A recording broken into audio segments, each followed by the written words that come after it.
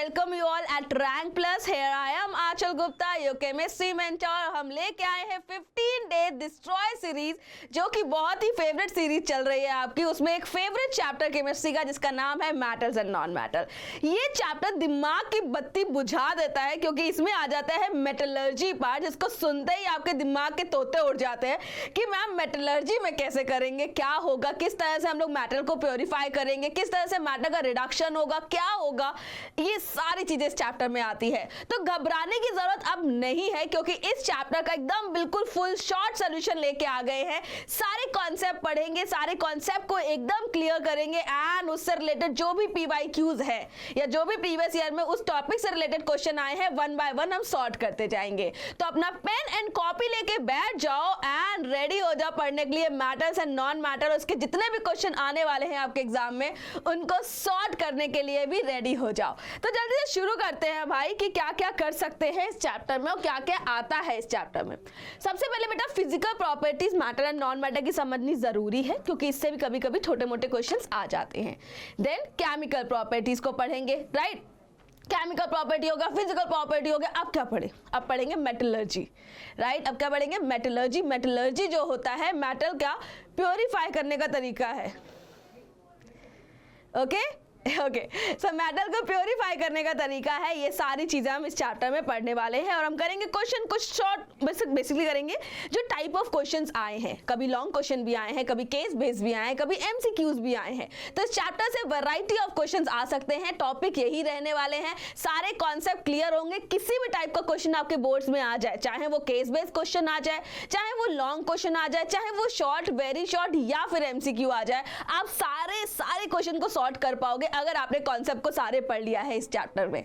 ठीक है, तो हम लोग पूरी कोशिश करेंगे कि इस चैप्टर का एक भी क्वेश्चन आपसे मिस आउट ना हो आपके बोर्ड 2025 में। तो शुरू करते हैं बेटा। सबसे पहले हमें देखना पड़ेगा कि हमें क्या क्या पढ़ना है चैप्टर में। मैटर एंड नॉन मैटर दोनों एक कैटेगरी हम अगर देखते हैं, एक मैटर की एक नॉन मैटर की, उनकी फिजिकल उनकी केमिकल प्रॉपर्टीज में चेंजेस होते हैं। बहुत डिफरेंशिएट कर सकते हैं आराम से उनके बेसिस में हम मैटर से नॉन मैटर को। जब डिफरेंशिएट कर सकते हैं, इसका मतलब वो अलग तरीके से रिएक्ट कर रहे हैं, अलग तरह की प्रॉपर्टीज रख रहे हैं। तो यहाँ पे सबसे इजी जो होता है मैटर्स और नॉन मैटर की, वो होती है फिजिकल प्रॉपर्टीज। फिजिकल प्रॉपर्टीज का मतलब होता है कि मैटर किस तरह से है या नॉन मैटर किस तरह से है। हम बोल सकते हैं चाहे वो सॉफ्ट है कि नहीं है, वो रिएक्टिव है। जैसे रिएक्टिविटी क्या हो जाती है, समथिंग जो केमिकल प्रॉपर्टीज में आ जाती है। यहाँ पे हम बात करते हैं कि किस तरह से वो मैटर क्या कर रहा है, बाहर से कैसा है, क्या वो सॉफ्ट है, क्या वो हार्ड है, क्या उससे हम वायर बना सकते हैं, क्या उससे हम शीट का फॉर्मेशन कर सकते हैं। ये सारी जो भी प्रॉपर्टीज है मैटर नॉन मैटर की, ये आपकी फिजिकल प्रॉपर्टीज के अंतर्गत आती हैं। तो यहाँ पे हम बात करते हैं टेंसाइल स्ट्रेंथ की, स्टेट ऑफ मैटर क्या हो सकता है, या फिर हम बात करते हैं यहाँ एलोट्रोपीज होते हैं कि नहीं होते हैं, मेटल यहाँ पे बोलते हैं मेल्टिंग एंड बॉइलिंग पॉइंट क्या है। ये सारी चीजें आपकी फिजिकल प्रॉपर्टी में आती हैं। तो अगर हम एक बार यहाँ पे डिफरेंशिएट करते हैं कि मैटर्स क्या क्या होते हैं, नॉन मैटर की फिजिकल प्रॉपर्टीज क्या होते हैं, तो आपको थोड़ा बेटर अंडरस्टैंडिंग मिल जाएगी मैटर्स एंड नॉन मैटर्स के लिए। तो यहाँ पे हम बात करते हैं, अगर मैंने बात की है मैटर्स की, तो वो लस्टीरियस इन नेचर होते हैं। केमिस्ट्री में we use some kind of vocab जो कि थोड़ी सोफिस्टिकेटेड लगती है। तो शाइनी होने को हम बोल रहे हैं यहाँ पे लस्टीरियस होना, मतलब लस्ट है, राइट। इसमें क्या है, चमक है। उसके बाद बात करते हैं गुड कंडक्टर। जो मेटल होते हैं वो गुड कंडक्टर ऑफ इलेक्ट्रिसिटी होते हैं। कैसे होते हैं? इलेक्ट्रिसिटी का कंडक्शन होता है इलेक्ट्रॉन या फ्री आयंस की हेल्प से। ठीक है, इलेक्ट्रॉन या फ्री आयन, हम बोल सकते हैं फ्री इलेक्ट्रॉन एंड आयंस के, not free ions, okay, electron या फिर आयंस की हेल्प से होता है। तो यहाँ पे क्या होता है, मेटल्स में मेटल की टेंडेंसी होती है इलेक्ट्रॉन देने की। तो वो इलेक्ट्रॉन को फ्री करते हैं कि जाओ बेटा, जा सिमरन, जा जी ले अपनी जिंदगी। तो जब वो सिमरन अपनी जिंदगी जीने जाती है, तो वो इलेक्ट्रिसिटी को भी साथ में लेके जाती है। अब सिमरन राज के बिना तो नहीं जाएगी ना बेटा, कॉमन सेंस है ना। तो हमारा राज जो है वो हमारा इलेक्ट्रिसिटी है। इलेक्ट्रॉन कहता है चलो भाई चलते हैं, तो सिमरन राज को लेके उड़ जाती है एंड यहाँ पे हो जाते हैं good conductor. High melting point होता है इनका, राइट। इनका क्या होता है, हाई मेल्टिंग पॉइंट होता है। मेलेबल इन नेचर होते हैं। मेलेबल इन नेचर का मतलब क्या होता है, अगर मैंने एक पीस ऑफ मेटल को लिया है और उसको क्या किया है, उस पर प्रेशर लगाया है या उसको ऐसे क्या किया है, टैप किया है, ठोका है, तो उसके बाद क्या होता है, वो क्या बनता है, वो शीट का फॉर्मेशन करता है। शीट का फॉर्मेशन आप बोल दो कि मैं मेल्ट करके मैं फैला दूंगा तो शीट बन जाएगा, नहीं, यहाँ पे हो रहा है एक प्रेशर लगाने के बाद अगर शीट का फॉर्मेशन हो रहा है, that's called malleable in nature. Okay, ductile in nature का मतलब होता है अगर मैं उसको खींच रही हूँ, याद रखना, मैं खींच के अगर वायर बना पा रही हूँ, that's called ductile in nature. And usually solid at room temperature होता है, usually solid at room temperature होते हैं, बट हमारे पास एक्सेप्शन होता है, दैट इज मर्क्यूरी। ठीक है, हमारे पास एक्सेप्शन होता है, that is mercury. And snores in nature का मतलब होता है अगर हम उनमें क्या करते हैं, ऐसे करके टक से मारते हैं तो आवाज आती है धंडनाहट की। ओके, टन की आवाज आती है, दैट इज टन की आवाज आ रही है, इसका मतलब वो स्नोरेस इन नेचर है।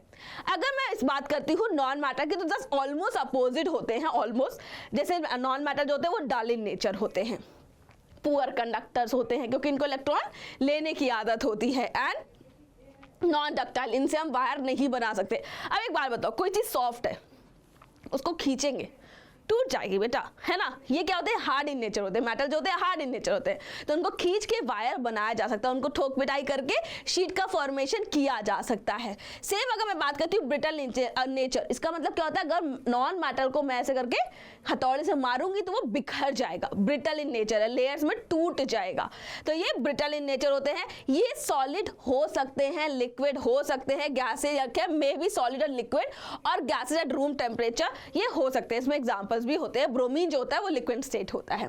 अब बात करते हैं नॉन स्नोरस का मतलब है कि भैया इसमें अगर आप मारोगे तो टन की आवाज तो नहीं आएगी।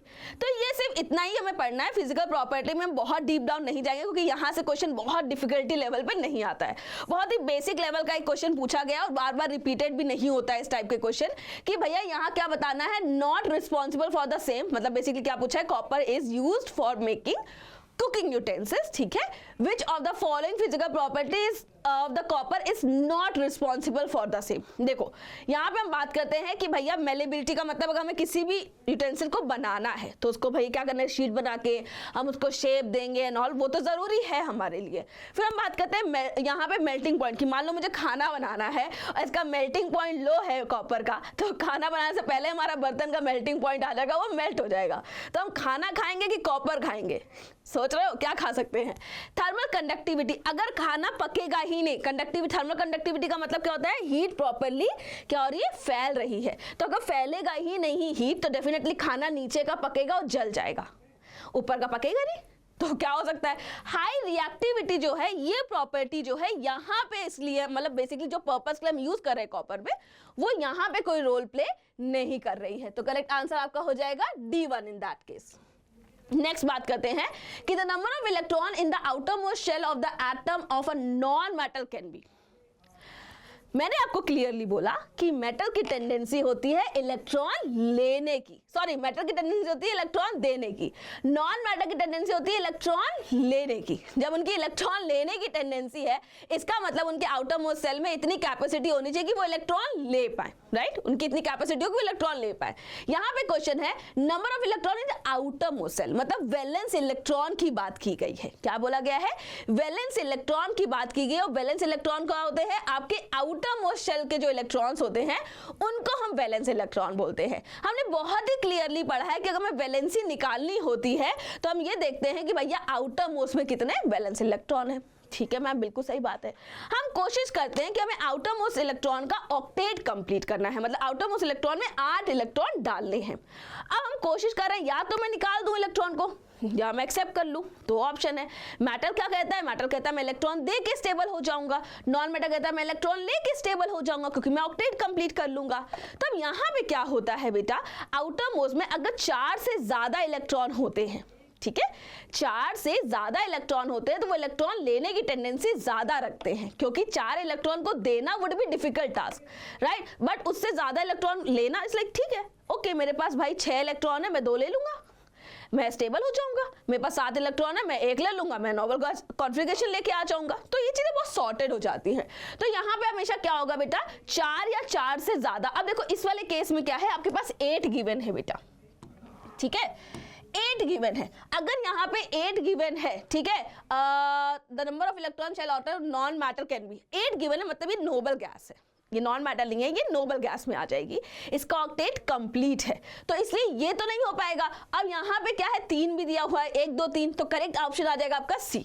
ठीक है, बेस्ट ऑप्शन आपका हो जाएगा सी। तो ये सारे आंसर आपको कमेंट सेक्शन में देते रहना है, ठीक है, फुल टाइम क्लास में बैठो, आंसर दो कमेंट में, मैं क्लास के टाइम सबको देख रही हूँ। ओके, चलो आगे बढ़ते हैं। ये हमारे इस पूरे चैप्टर की हम बोल सकते हैं आत्मा है, ठीक है, इस पूरे चैप्टर की आत्मा है, क्यों, ये है हमारी रिएक्टिविटी सीरीज, इसको आप एक्टिविटी सीरीज के थ्रू भी जानते हो। इस पूरे चैप्टर में हम जितनी भी केमिकल प्रॉपर्टीज पढ़ रहे हैं या जो भी चीजें पढ़ रहे हैं बेटा, इट्स क्लियरली इंडिकेशन कि ये बनाते टाइम कुछ तो सोचा गया होगा, ऐसे तो नहीं कि रैंडम रख दिया, ओके अक्को बक्को, ओके पोटेशियम ऊपर रख देते हैं अच्छा लग रहा है, सोडियम को उसके नीचे रख देंगे बहुत अच्छा लग रहा है, ऐसा नहीं हुआ था बेटा। साइंटिस्ट ने ये प्रॉपरली एक तरह से इसको प्लान किया है, रखा है एंड विथ प्रूफ रखा है, ठीक है। अब हम उसको डिटेल में नहीं जाएंगे कि क्यों कैसे कब क्या किया, बट इन्होंने इस तरह से अरेंज करने के लिए बहुत सारे केमिकल रिएक्शंस को प्रोसीड किया था, जो हम केमिकल प्रॉपर्टी के टर्म्स में पढ़ने वाले हैं। आपको ज्यादा कंफ्यूजन ना हो इसलिए इसको इस तरह से ही समझ लो। अभी आगे हम केमिकल प्रॉपर्टीज में बहुत सारी रिएक्शन पढ़ेंगे। I am just telling you guys, जो केमिकल प्रॉपर्टी हम पढ़ रहे हैं उन्हीं रिएक्शन के बेसिस पे ही ये रिएक्टिविटी सीरीज फ्रेम की गई थी उस टाइम पे, ठीक है। रिएक्शन की गई, देखा गया कौन सा मैटर ज्यादा रिएक्ट कर रहा है, कौन सा मैटर कम रिएक्ट कर रहा है, कैसे रिएक्ट कर रहा है, क्यों रिएक्ट कर रहा है, उसके बेसिस में हमने सीरीज को अलाइन किया है, उसके बाद ये सीरीज बनी है। ऐसे ही नहीं बन गई बेटा, मेहनत लगी है इसको बनने में। तो ये सीरीज 100% याद कर लो, क्योंकि ये पहले चैप्टर में भी क्वेश्चन में हेल्प करने वाली, क्योंकि वहां पे आप पढ़ोगे डिस्प्लेसमेंट रिएक्शन में इसका यूज होगा, राइट, और वो क्वेश्चन आते ही आते हैं। वैसे ही यहाँ पे भी हम जान रहे हैं ये जो डिस्प्लेसमेंट सीरीज है ये घनघोर इंपॉर्टेंट सीरीज है आपके लिए, क्योंकि अब मेटलर्जी के केस में भी आप इसको जानोगे, क्योंकि मेटलर्जी के केस में भी आपको डिफरेंट टाइप ऑफ मेटल जो रिएक्टिविटी के बेसिस में हमने अलाइन किए हैं उसके बेसिस में ही मेटलर्जीज में भी आपको वेरिएशन दिखेगा।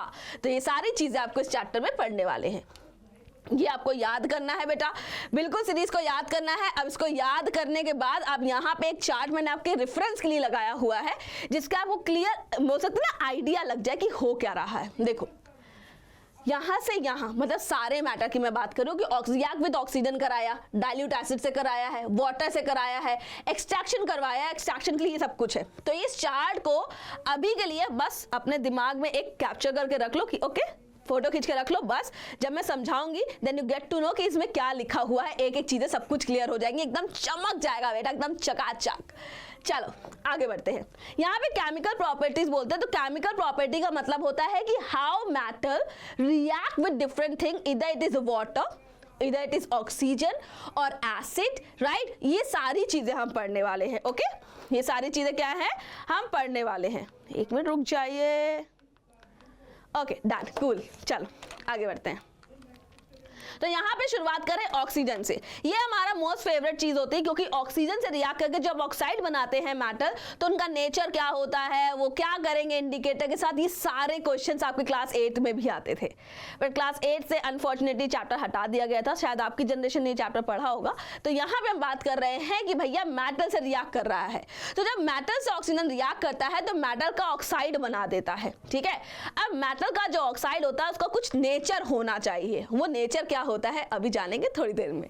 तो यहां भी बात कर रहे हैं कि जैसे हमने बोला कि भैया हमारे पास रिएक्टिविटी सीरीज है, अगर okay if I have a reactivity series, अगर मेरे पास रिएक्टिविटी सीरीज है बेटा, तो यहाँ पे ऑक्सीजन के साथ सीरीज के सारे जितने मेटल है सेम लेवल पे रिएक्ट कर जाएंगे क्या? मतलब मैं कह दूं ऊपर वाला मेटल नीचे वाले मेटल सारे सेम लेवल पर रिएक्ट कर रहे हैं ऑक्सीजन से, क्या कर भी रहे हैं कि नहीं कर रहे हैं, है ना। तो बेटा यहाँ पे क्या होता है, आपको बहुत क्लियर कट एक आइडिया लग जाता है कि भैया मेटल को अगर रिएक्टिविटी के बेस में एक सीरीज में रखवाया गया था तो इसका मतलब है कि सारे इक्वल लेवल पे नहीं है, सारे सेम लेवल पे रिएक्टिविटी नहीं शो करेंगे, अलग अलग टाइप की रिएक्टिविटी शो करेंगे, अलग अलग टाइप से रिएक्ट करेंगे। ये उनका नेचर है, ये उनकी टेंडेंसी है, ये उनको मजे आते हैं करने में, है ना। तो यहाँ पे बात कर रहे हैं, अगर बात करते हैं सोडियम पोटेशियम कैल्शियम, जो कि टॉप मोस्ट रिएक्टिव मेटल है, हमारे टॉप मोस्ट रिएक्टिव मेटल्स में अगर हम बात कर रहे हैं एट रूम टेम्परेचर, तो वो क्या बनाते हैं, मेटल के ऑक्साइड बनाते हैं। क्या बनाते हैं, मेटल के ऑक्साइड बनाते हैं, और बहुत आराम से बना लेते हैं, कोई दिक्कत नहीं आती, बहुत परेशानी नहीं करनी पड़ती, कोई मेहनत नहीं होती है यहाँ पे, ठीक है। तो सोडियम ने ऑक्सीजन से रिएक्ट किया, मेटल का ऑक्साइड बन गया, सोडियम का ऑक्साइड रेडी हो चुका है। एंड अगर मैं बात करती हूँ मैग्नीशियम और जिंक की, अब मैं बोल दूं मैग्नीशियम और जिंक क्या लिखा हुआ है, do not react with oxygen at room temperature, ये रिएक्ट नहीं करते एट रूम टेम्परेचर। अब मैंने एक शॉट डाला था जिसमें मैग्नीशियम रिबन को जला के मैंने ऑक्साइड बनाया था और ऑक्साइड को मैंने चेक करके बताया था कि उसका नेचर क्या है। अगर आपने नहीं देखा है तो शॉट को पक्का देखना जाके, then you get the idea. अब क्या होता है, मैंने बोला ऑक्सीजन से तो रिएक्ट कर रहा है, सोडियम भी ऑक्सीजन से रिएक्ट कर रहा है, कैल्शियम भी कर रहा है, राइट, पोटेशियम भी कर रहा है, बट वो रूम टेम्परेचर पे कर रहा है, उसके लिए हमें कुछ करने की जरूरत नहीं पड़ी है। बट अगर मैं इस केस सिनेरियो की बात कर रही हूं तो इस केस सिनेरियो में बेटा हमें क्या करना पड़ा है, उसको टेम्परेचर देना पड़ा है, हीट करना पड़ा है। मैग्नीशियम रिबन कभी भी रखे रखे नहीं जलता है, उसको हमें हीट करना पड़ता है, जलाना पड़ता है, तब वो डार्जलिंग व्हाइट फ्लेम देता है और व्हाइट कलर के ऑक्साइड बनाता है सोडियम का, राइट, व्हाइट कलर का होता है। तो यहाँ पे क्या है, दे रिक्वायर स्ट्रॉन्ग हीटिंग। अगर हम हीट नहीं करेंगे तो मैग्नीशियम रिबन ऐसे ही पड़ा रहेगा, वो रिएक्ट नहीं करेगा, ठीक है, वो इस तरह से ऑक्साइड नहीं बनाएगा। तो यहाँ पे मैग्नीशियम रिबन बात करते हैं, जब रिएक्ट करता है ऑक्सीजन से मैग्नीशियम ऑक्साइड बनाता है। हमने कहा बहुत अच्छे मैम, मजे आ गए, एकदम चमक गया, ये रिएक्शन चमक गई है। अब बात करते हैं लाइक, अगर मैंने बोला ठीक है लेकिन आयरन और कॉपर का क्या वो रिएक्ट नहीं करेंगे या करेंगे? तो यहाँ पे है like metal, iron and copper do not burn even a strong heating. मैं इनको कितना भी हीट कर लूं, कुछ भी कर लूं, ये कहेंगे हम भैया नहीं खेल रहे हैं। तो दे रिक्वायर प्रोलॉन्ग हीटिंग, मतलब बेसिकली क्या है, इसमें अगर मैं मैग्नीशियम की बात करूं, मैंने हीट किया, हो गया, ठीक है, इसमें हमें घनघोर हीटिंग करनी पड़ेगी, मतलब पूरी जान लगा के हीट करेंगे ना तब जाके रिएक्ट करेंगे, ये पूरी जान लगा देंगे तब जाके रिएक्ट करेंगे, मतलब लगातार हम हीट ही कर रहे हैं, बस यही कर रहे हैं, यही काम बचा है हमारे पास। बोर्ड साइड में गए, पहले इसको रिएक्ट करवाएंगे हम, ठीक है, तो इसको रिएक्ट करवाएंगे और यहाँ पे आयरन का ऑक्साइड और कॉपर का ऑक्साइड आपका बन जाएगा। Is it clear? क्लियर हो गया तो भैया कमेंट सेक्शन में ना लिख देना सीसी, बिल्कुल क्रिस्टल क्लियर है मैम, एकदम चमक गया है, समझ आ गया है। चलो आगे बढ़ते हैं। अब बात करते हैं नेचर क्या होता है। अगर मैं मेटल के ऑक्साइड की बात करती हूँ तो हम लोगों ने ये बहुत ही क्लियरली पढ़ा है कि मेटल के ऑक्साइड का नेचर बेसिक होता है, क्योंकि जब मेटल के ऑक्साइड्स होते हैं, जब पानी से रिएक्ट करते हैं तो वो हाइड्रोक्साइड बनाते हैं, जिनका नेचर बेसिक होता है, जो बेस होते हैं बेसिकली, तो इसलिए इसका नेचर बेसिक होता है, इसलिए फिनोल्फ्थलीन में ये पिंक कलर शो कर देता है। ओके मैम, ठीक है, डन है, बेसिक होता है, हमने पढ़ लिया, अच्छी बात है। नॉन मेटलिक का नेचर एसिडिक होता है, पढ़ लिया, बहुत अच्छी बात है, सब आ गया, समझ आ गया सब कुछ। लेकिन बेटा एक बात बताओ मुझे, क्या सिर्फ बेसिक होगा? हमारे पास कुछ मेटल्स ऐसे भी होते हैं जिनके ऑक्साइड जो होते हैं वो एम्फिटेरिक होते हैं। एम्फिटेरिक ऑक्साइड का मतलब होता है कि ये सामने वाले को जैसा आ रहे हैं ना उसके हिसाब से अपना नेचर बदल लेते हैं। कि भाई ऐसा होता है ना, कुछ लोग ऐसे होते हैं कि अरे मैं तो बस आई एम द टॉपर, मुझे सब आता है ब्रो, पूरा पेपर आता है, पूरा पेपर। फिर टॉपर सामने से आ जाता है तो वो बोलता है अरे भाई इसका आंसर क्या था बताना ज़रा। हाँ इसी वाले का, मैंने तो ये लिख दिया है यार, तेरा कैसा आया है? तो ये होता है, जब वो टॉपर आया तो वो नॉर्मल एवरेज स्टूडेंट बन के एक्टिंग करने लग गया। ओ अब जब कोई नॉर्मल एवरेज स्टूडेंट आ गया, अरे भाई तुझे तो कुछ नहीं आता, देख मेरा पेपर कितना अच्छा हुआ, फुल मार्क्स आए मैंने, है ना। तो ये होता है, तो ये सामने से आ रहे लोगों के हिसाब से अपने आप को बदल लेते हैं, राइट, अपने आप को बदल लेते, थोड़े से लोग होते हैं। तो यहाँ पे जिंक ऑक्साइड और एल्युमिनियम जो ऑक्साइड होते हैं ये आपके एम्फिटेरिक ऑक्साइड होते हैं। सामने से अगर एसिड आएगा तो ये बेस की तरह काम करेंगे, सामने से अगर बेस आएगा तो ये एसिड की तरह बिहेव कर देंगे। इनका कोई दीन ईमान नहीं है, ये बदलते रहते हैं, ये हमारे स्टार प्लस के रिश्ते हैं, बदलते ही रहते हैं, कोई इनका दीन ईमान नहीं होता है। आगे बात करते हैं, क्वेश्चन आया था कि sodium oxide is an amphoteric oxide, ठीक है, metal oxide which react with an acid and base. देखो एम्फिटेरिक ऑक्साइड्स क्या होते हैं, वो मेटल के ऑक्साइड्स होते हैं which react with both acid as well as base, that's called amphoteric oxide. तो ये तो ठीक है, ये तो बिल्कुल सही है, बिल्कुल सही स्टेटमेंट है, बट ये गलत है। यहाँ पे अगर आपके पास एल्युमिनियम या जिंक का एग्जांपल दिया होता तो दोनों ही सही हो जाते एंड वो करेक्ट एक्सप्लेनेशन भी हो जाता। इसके सिनेरियो में असर्शन फॉल्स हो जाएगा एंड रीजन आपका ट्रू हो जाएगा, दैट मीन्स आपका फोर्थ ऑप्शन सही हो जाएगा। सो अब हम देखते हैं हमारे मेटल पानी के साथ कैसे रिएक्ट करते हैं। यहाँ पे हमारे पास 3 ऑप्शन होते हैं पानी के केसेस में, या तो हम ठंडा पानी ले ले, या हम गर्म पानी ले ले, या फिर हम स्टीम ले ले। अब स्टीम का मतलब क्या होता है, वाटर ही प्रेजेंट है बट थोड़े हायर टेम्परेचर में प्रेजेंट है। तो यहाँ पे बेसिकली क्या होता है, यहाँ पे फिर से मैं स्टार्ट कर देती हूँ।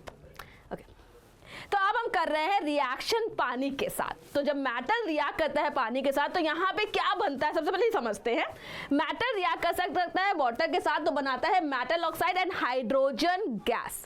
अब यहाँ पे क्या होता है, जो मेटल ऑक्साइड होता है पानी के साथ रिएक्ट करके मेटल हाइड्रोक्साइड बना के दे देता है आपको। क्लियर है। अब मेटल हाइड्रोक्साइड बन गया, ठीक है, हाइड्रोजन गैस बन गई, बिल्कुल सही है, बिल्कुल सही चल रहा है, मजे आ गए, चल सब कुछ सॉर्टेड है। अब हमारे पास क्या होता है, यहाँ पे 3 ऑप्शन होते हैं पानी के, या तो पानी हम ले ले ठंडा, या तो ले ले गरम, या हम ले ले स्टीम फॉर्म में। जो स्टीम फॉर्म होता है बेटा वो पानी ही होता है बट वो क्या होता है, गैसेस फॉर्म में होता है, मतलब उसके पास ज्यादा टेम्परेचर बोल सकते हैं या ज्यादा एनर्जी होती है। तो यहाँ पे हमारे पास मेटल भी होते हैं, रिएक्टिविटी सीरीज है। तो क्या हर एक मेटल इसी तरह से रिएक्ट करेगा कि किसी के साथ भी डाल दिया, स्टीम के साथ डाल दिया, या हमने हॉट वाटर के साथ डाल दिया, या कोल्ड वाटर के साथ डाल दिया, काम बन जाएगा क्या? तो ऐसा नहीं होता है बेटा। टेक्निकली होती क्या है चीजें। अब मेटल रिएक्ट कर रहा है, मेटल की रिएक्टिविटी सीरीज में मेटल को हमने रखा, ये हाईली रिएक्टिव, लेस रिएक्टिव, ये मॉडरेटली रिएक्टिव, सीरीज रेडी हो गई हमारी। अब जब सीरीज रेडी हुई है और बनाई गई है तो बेटा जब बना रहे थे ना तो इन्हीं रिएक्शन की हेल्प से उनको प्लेस किया गया था। सीरीज इन रिएक्शन को करने के बाद बनी है, याद रखना, इन रिएक्शन को करने के बाद बनी है, इन रिएक्शंस की हेल्प से बनी है वो सीरीज। बट हमारे पास एक कंक्लूजन है, हमारे पास फाइनल सीरीज है, तो उसकी हेल्प से हम इन रिएक्शंस को समझ रहे हैं। मतलब हम क्या कर रहे हैं, रिवर्स प्रोसेस में जा रहे हैं। और जब ये बनी थी तो पहले रिएक्शन करवाई गई थी, ठीक है, ये सॉर्टेड है। अब यहाँ बात होती है हाईली रिएक्टिव मेटल की। अब वो मेटल इतने ज्यादा रिएक्टिव होते हैं, इतने घंघोर रिएक्टिव होते हैं कि भाई बस रिएक्शन कर देंगे फटाफट से।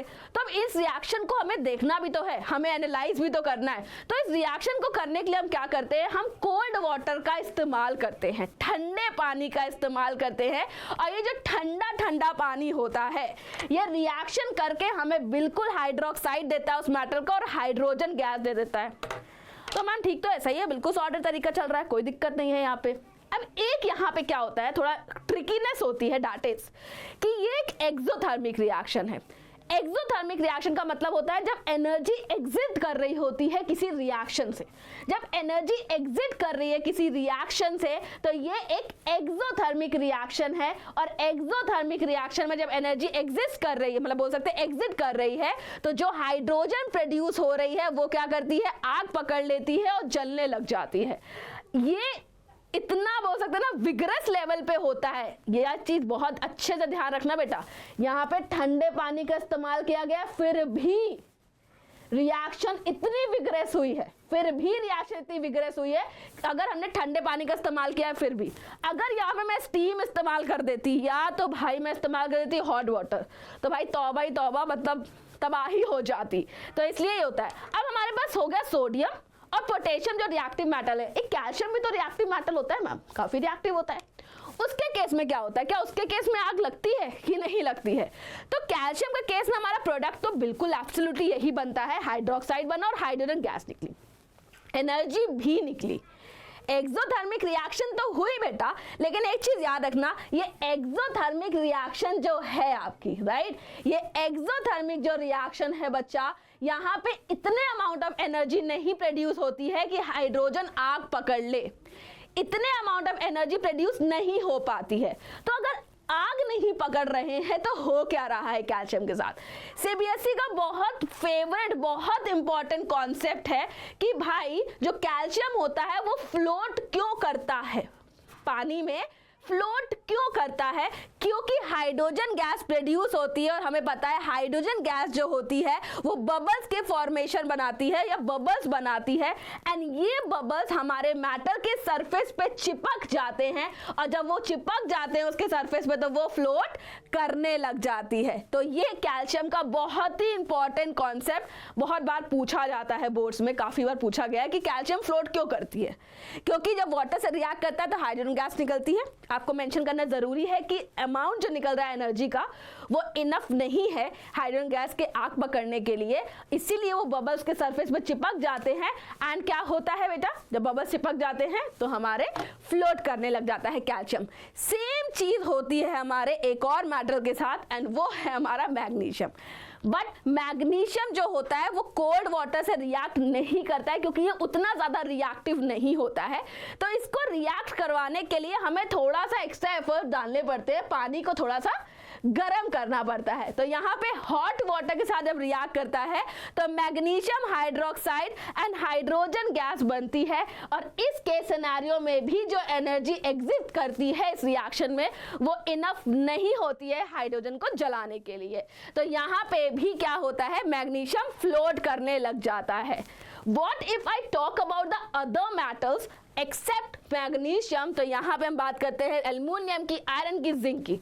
तो ये रिएक्ट नहीं करते हैं गर्म पानी के साथ भी, ये थोड़े ज़्यादा जिद्दी होते हैं कि मैं रिएक्ट तो नहीं करूँगा। इट्स लाइक मैं रिएक्ट तो नहीं करूँगा, तुम्हें जो करना है कर लो। तो मैंने कहा अभी रुको बताते हैं। हमने स्टीम ले आए, हमने कहा आओ बेटा आओ स्टीम से करते हैं। तो यहाँ पे क्या हुआ, जब हमने स्टीम के साथ रिएक्ट किया तो रिएक्शन प्रोसीड हो गई है, यहाँ पे रिएक्शन प्रोसीड हो रही है स्टीम के साथ। लेकिन अभी भी कुछ ऐसे मेटल्स हैं जो रिएक्ट नहीं करेंगे पानी से किसी भी कीमत में, वो है हमारे lead, copper, silver and gold. ये रिएक्ट नहीं करते हैं। ये बेटा देखो स्टीम से भी रिएक्ट नहीं कर रहे हैं, इसका मतलब भाई ये रिएक्ट नहीं ही करेंगे। ये स्टीम से भी रिएक्ट नहीं कर रहे, इसका मतलब ये रिएक्ट नहीं ही करेंगे। ठीक है, क्लियर है। अब एक चीज समझो बेटा, अगर रिएक्ट करते होते तो क्या होता, जैसे मैंने गोल्ड का रिंग पहना है, ठीक है, let me flex, okay, gold का रिंग पहना है। तब क्या हुआ, मैं गई, मैंने कहा आज स्टीम ली जाएगी, आज करेंगे ग्लो ट्रीटमेंट। तो हमने स्टीम लेने गए, तो अब ये मेटल रिएक्ट करने लग जाएगा स्टीम से, तो दिक्कत हो जाएगी। अगर मान लो पानी से करता होता तो मैंने हैंड वॉश किया तो मेटल रिएक्ट कर गया, तो ये नहीं करता है रिएक्ट। ठीक है, ये स्टीम से भी रिएक्ट नहीं करता है क्योंकि ये लेस रिएक्टिव मेटल्स में आ जाते हैं। अब एक क्वेश्चन आया था, एग्जैक्टली उठ के आ गया था क्वेश्चन इन्हीं कॉन्सेप्ट से। बेटा ये क्वेश्चंस आप देखते जाओ, आंसर एब्सोल्युटली हमने यहाँ पे डिस्कस कर रखे हैं सारे। मैं क्वेश्चन समझा रही हूँ आपको। क्वेश्चन है what happened when copper is heated in air. ठीक है, कॉपर को हमने हीट किया एयर में, ओके डन है। Why the some metal oxide categorized as amphiteric oxide? देखो amphiteric oxides वो oxides होते हैं जो metal and as a non metal sorry amphiteric oxide वो होते हैं जो एसिड एंड बेस के साथ दोनों के साथ रिएक्ट कर जाते हैं। एसिड के साथ एज अ बेस रिएक्ट करते हैं, बेस के साथ एज अ एसिड रिएक्ट करते हैं। बता समझ आ गया, मतलब बेसिकली अपना ड्यूअल नेचर दिखाते हैं कि सामने से अगर टॉपर आ रहा है, मैं कहूँगी अरे यार आज तो पेपर में फोड़ दिया है, मैंने सारे आंसर कर दिए, सब आता है। मैं डिस्कस कर रही हूँ, बोल रही ओह सब आता है, इस बार भाई टॉप करेगा अपना, इस बार तो भाई टॉप करेगा। दूसरा भाई टॉपर आ जाता है सामने से, बोलता है हाँ भाई क्या बोल रहा था, तू टॉप करेगा, इसका आंसर बताइयो। कहता नहीं आता, तू बता, तू ही टॉपर है भाई, तू ही टॉपर है। बदल गया, वो तुरंत बदल गया। कोई एवरेज स्टूडेंट आ जाएगा उसके सामने बोलेगा ओ तूने ये भी नहीं किया, इस बार तो टॉप तेरा भाई करेगा। ऐसे होता है बेटा। तो यहाँ पे भी क्या होता है, मान लो एक ऑक्साइड है, एक मेटल का ऑक्साइड है, एल्युमिनियम का बोल सकते हैं, एल्युमिनियम का ऑक्साइड है, वो आया, सामने से एसिड आया, तुम एसिड हो मैं बेस की तरह रिएक्ट करूंगा। उधर से बेस आया, तुम बेस हो मैं एसिड की तरह रिएक्ट करूंगा। तो ये एम्फिटेरिक नेचर होता है। ओके, तो अब यहाँ पे हमारे पास क्या है, कंप्लीट द फॉलोइंग, हमने सेम किए हुए हैं, याद रखना ये एम्फिटेरिक ऑक्साइड है, ये एम्फिटेरिक ऑक्साइड है, तो ये यहाँ पे बेस है, तो यहाँ पे एसिड की तरह रिएक्ट करेगा, यहाँ पे ये एसिड की तरह रिएक्ट करेगा। सल्फर एक नॉन मेटल है, सल्फर ऑक्सीजन से रिएक्ट करके सल्फर डाइऑक्साइड बनाएगा। नॉन मेटेलिक ऑक्साइड का नेचर आपका एसिडिक होता है, सल्फर के ऑक्साइड का नेचर आपका एसिडिक होता है बेटा। तो यहाँ पे एसिडिक होने की वजह से SO2 बना, एसिडिक इन नेचर होता है। अब क्या सल्फर डाइऑक्साइड ड्राई लिटमस का कलर चेंज करेगा? तो द आंसर इज नो। क्यों? क्योंकि सल्फर डाइऑक्साइड, हम बोल सकते हैं सल्फर डाइऑक्साइड का नेचर हमें पता है एसिडिक है। क्यों? क्योंकि हमने उसको रिएक्ट करवाया है एंड वाटर से, देन वी गॉट एसिड, तो वो एसिड में कन्वर्ट हुआ है। तो अगर आप यहाँ पे वेट लिटमस पेपर लेते तो कलर चेंज दिखता, ड्राई की वजह से कलर चेंज नहीं दिखेगा। Is it clear? समझ आ गया? चमक गया? चलो आगे बढ़ते हैं। अब बात करते हैं डाइल्यूट एसिड के साथ रिएक्ट कर दिया हमने। याद रखना बेटा, यहाँ पे जो डाइल्यूट एसिड हम ले रहे हैं वो सल्फ्यूरिक एसिड और हाइड्रोक्लोरिक एसिड ले रहे हैं। नाइट्रिक एसिड का केस हम डिस्कस करेंगे, बट अभी नहीं, थोड़ा रुको, थामो, थोड़ा टाइम दो, ठीक है। तो इंपॉर्टेंट भी है क्योंकि ये ओके। तो यहाँ बात करते हैं डाइल्यूट एसिड के साथ रिएक्ट किया है, मेटल रिएक्ट करता है एसिड के साथ to give salt and hydrogen gas. ठीक है, इजी है, सॉर्टेड है, बढ़िया है, बिल्कुल बढ़िया बढ़िया। पर क्या हर मेटल ऐसा ही रिएक्ट करेगा? सेम तरीके से रिएक्ट करेगा, कोई दिक्कत नहीं आएगी। तो बेटा अगर सेम तरीके से रिएक्ट कर रहा होता हर मेटल, तो हम रिएक्टिविटी सीरीज बना कैसे पाते?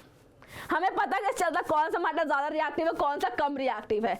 If we want to know कि भैया सीरीज बनी कैसे, तो हमें पता होना चाहिए कि रिएक्टिविटी में डिफरेंसेस है, रिएक्टिविटी अलग अलग तरीके से दिख रही है हमें। तो यहाँ पे बिल्कुल नहीं करता है सेम मैनर में, हम बोल सकते हैं यहाँ पे रिएक्ट। क्यों? क्योंकि चलो सोडियम लिया जो कि हाईली रिएक्टिव मेटल है, हमने लिया सोडियम, हाईली रिएक्टिव मेटल है, HCl या फिर सल्फ्यूरिक एसिड के साथ रिएक्ट करेगा, हमें बना के देगा यहाँ पे मस्त NaCl and hydrogen gas. Same अगर मैं आयरन की बात करूं जो कि थोड़ा कम रिएक्टिव है, कुंजुम बोल सकते हैं, धीमे धीमे रिएक्ट करता है, तो यहाँ पे क्या होता है, दैट इज FeHCl से रिएक्ट करवाएंगे तो बनेगा तो प्रोडक्ट, बट स्लोली रिएक्ट करेगा। प्रोडक्ट बनेगा बट स्लोली बनेगा। तो रेट ऑफ द रिएक्शन अगर मैं बात करती हूँ तो यहाँ पे हाई होगी, यहाँ पे लो होगी। अब हमें पता कैसे चलेगा कि rate of the reaction high कब है, लो कब है, कैसे हो रही है, क्यों हो रही है, कब हो रही है? समझ ही नहीं आ रहा है कुछ। तो अभी समझते हैं कैसे हो रहा है। मान लो कॉपर की बात करी, कॉपर में एसिड डाल दिया, रिएक्शन हो ही नहीं रही है, हो ही नहीं पा रही है। क्यों? इधर एक बहुत ही क्लियरली टाइप ऑफ रिएक्शन दिख रही है, और ये टाइप ऑफ रिएक्शन आप कमेंट सेक्शन में बताएंगे, ठीक है। यहाँ पे बहुत ही clearly one type of reaction visible है, आप इसको कमेंट सेक्शन में बताएंगे। उससे पहले मैं कॉन्सेप्ट आपको बता देती हूँ। हाइड्रोजन जो है वो कॉपर को क्या कर रहा है, कॉपर आ रहा है, कह रहा है हाइड्रोजन हट जाना भाई, हट जाना प्लीज, हट जाना। हाइड्रोजन कह रहा है अरे चल आगे बढ़, नहीं चल आगे बढ़ो। तो यही होता है, तो कॉपर आता है बट हाइड्रोजन बोलता है चलो आगे बढ़ो, अभी तुम्हारा कुछ नहीं हो सकता, तुम्हारे से मैं रिएक्ट नहीं करूंगा। तो यहाँ पे ये कहानी नहीं बढ़ पाती है। अब ये कौन सी रिएक्शन है, कौन सा टाइप ऑफ रिएक्शन है, आप कमेंट सेक्शन में सब बताओगे। नेक्स्ट अगर हम बात करते हैं यहाँ पे, अगर हम लोग रिएक्टिविटी सीरीज के हिसाब से यहाँ पे रिएक्टिविटी देख लेते हैं मेटल की विद डाइल्यूट एसिड्स, तो हमें ये सीक्वेंस देखने को मिलता है, हमें ये सीक्वेंस देखने को मिल रहा है। अब मैंने इससे पहले क्वेश्चन आपको रेस किया था कि भाई मुझे कैसे बता कि कौन सा मेटल किस तरह से रेट में रिएक्ट कर रहा है। हमने सीरीज बता दिया, आप रट लोगे। रटने में तो हम बहुत तेज है मैम, हमें सब रटना आता है, हम रट के ही करेंगे पेपर। और इस बार करने की कोशिश मत करना रट के, कॉन्सेप्ट पढ़ लेना, ठीक है। सैम्पल पेपर का लेवल ना अच्छा खासा आया है, तो लॉजिकल क्वेश्चन आने, और लॉजिकल क्वेश्चन यहाँ से होते हैं, रट के नहीं होते, तो इसलिए कॉन्सेप्ट को पढ़ लेना। चलो आगे बढ़ते हैं। कैसे पता चलेगा? हमें पता है कि भाई एनर्जी निकल रही है, इसका मतलब टेम्परेचर बढ़ रहा है।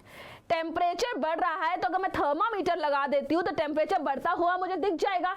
पहला हमें मिल जाएगा प्रूफ कि भाई रिएक्शन हो गई है, टेम्परेचर निकला है, बिल्कुल मस्त यहाँ पे रिएक्शन हो रही है। सेकेंड थिंग इज दैट यहाँ पे हाइड्रोजन गैस निकल रही है, और हाइड्रोजन गैस जो होती है बबल्स का फॉर्मेशन करती है, एंड जितनी जल्दी बबल्स बनेंगे उतना मतलब क्या है, उतनी जल्दी गैस निकल रही है, इवॉल्व हो रही है, एंड इसीलिए हमें प्रूफ मिल जाता है कि रिएक्शन किस तरह से रिएक्टिविटी दिखेगी। ठीक है, डन है, समझ आ गया। चलो नेक्स्ट करते हैं कि भैया एसिड तो ठीक है ma'am, hydrochloric acid, sulphuric acid बिल्कुल सही है। अब मैम मुझे काम करो, आप ये बता दो कि नाइट्रिक एसिड के साथ क्या होगा। तो नाइट्रिक एसिड का एक क्वालिटी होती है कि वो एक स्ट्रॉन्ग ऑक्सीडाइजिंग एजेंट होता है। जब हम नाइट्रिक एसिड का इस्तेमाल करते हैं तो हाइड्रोजन गैस तो बनी, बट वो हाइड्रोजन गैस क्या होती है, ऑक्सीडाइज हो जाती है और हमें बना के देती है पानी। तो हमारे प्रोडक्ट्स अलग होते हैं, बट यहाँ पे एक्सेप्शंस हमेशा होते हैं। और यहाँ पे आपके पास दो रिएक्शंस हैं जो सीबीएसई पूछ सकता है। क्यों? क्योंकि भाई जब बाकी चीजें नहीं कर पाते और ये कुछ एक्स्ट्रा ऑर्डिनरी कर देते हैं तो क्वेश्चन तो बनाना बनता है ना। तो यहाँ पे आपसे ये पूछ सकते हैं कि नाइट्रिक एसिड के साथ ऐसे कौन से मेटल हैं जो हाइड्रोजन गैस प्रोड्यूस करते हैं।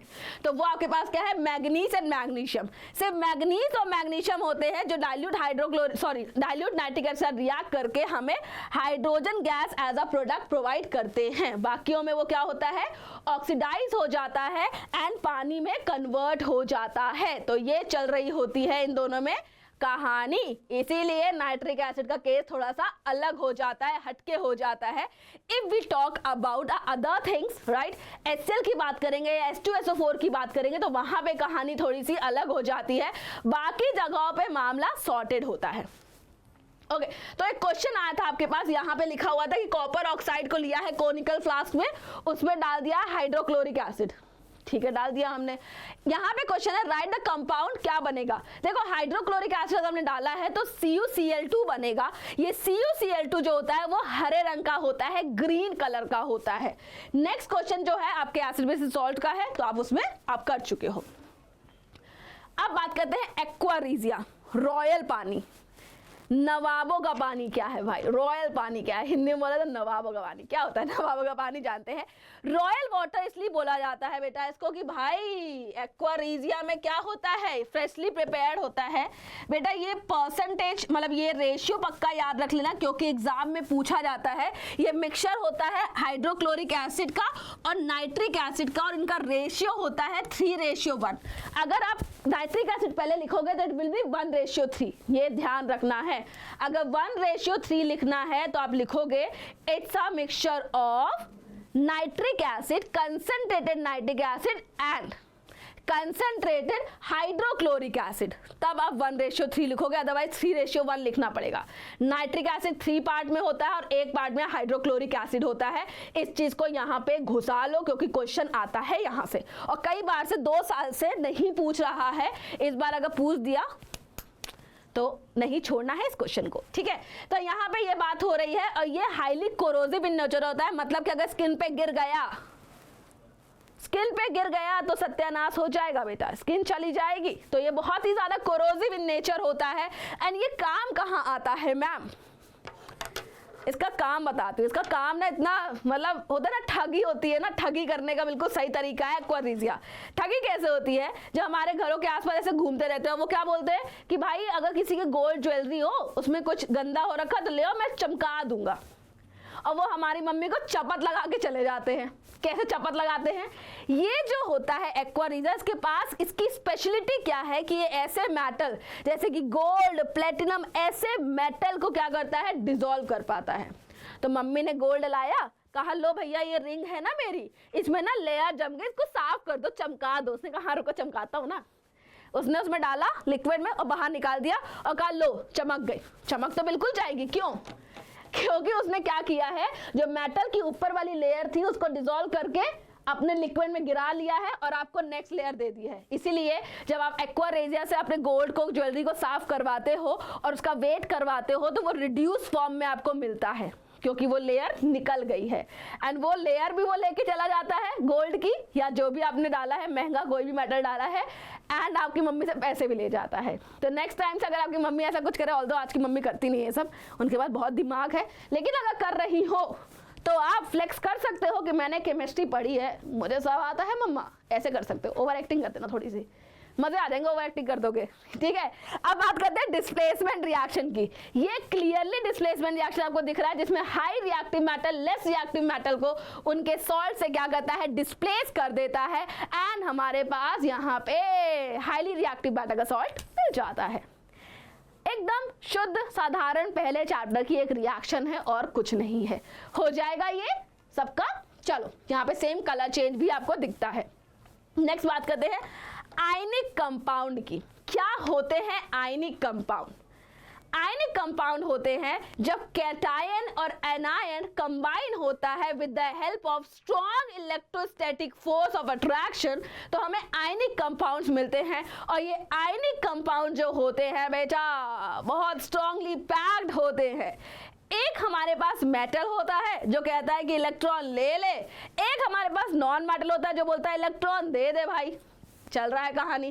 तो यहाँ पे क्या होता है, हमारा ये जो होते हैं ना वो ना डीडीएलजे देखिए ना, उसमें क्या होता है, जो हमारे मेटल का इलेक्ट्रॉन है ये हमारी सिमरन है, ठीक है।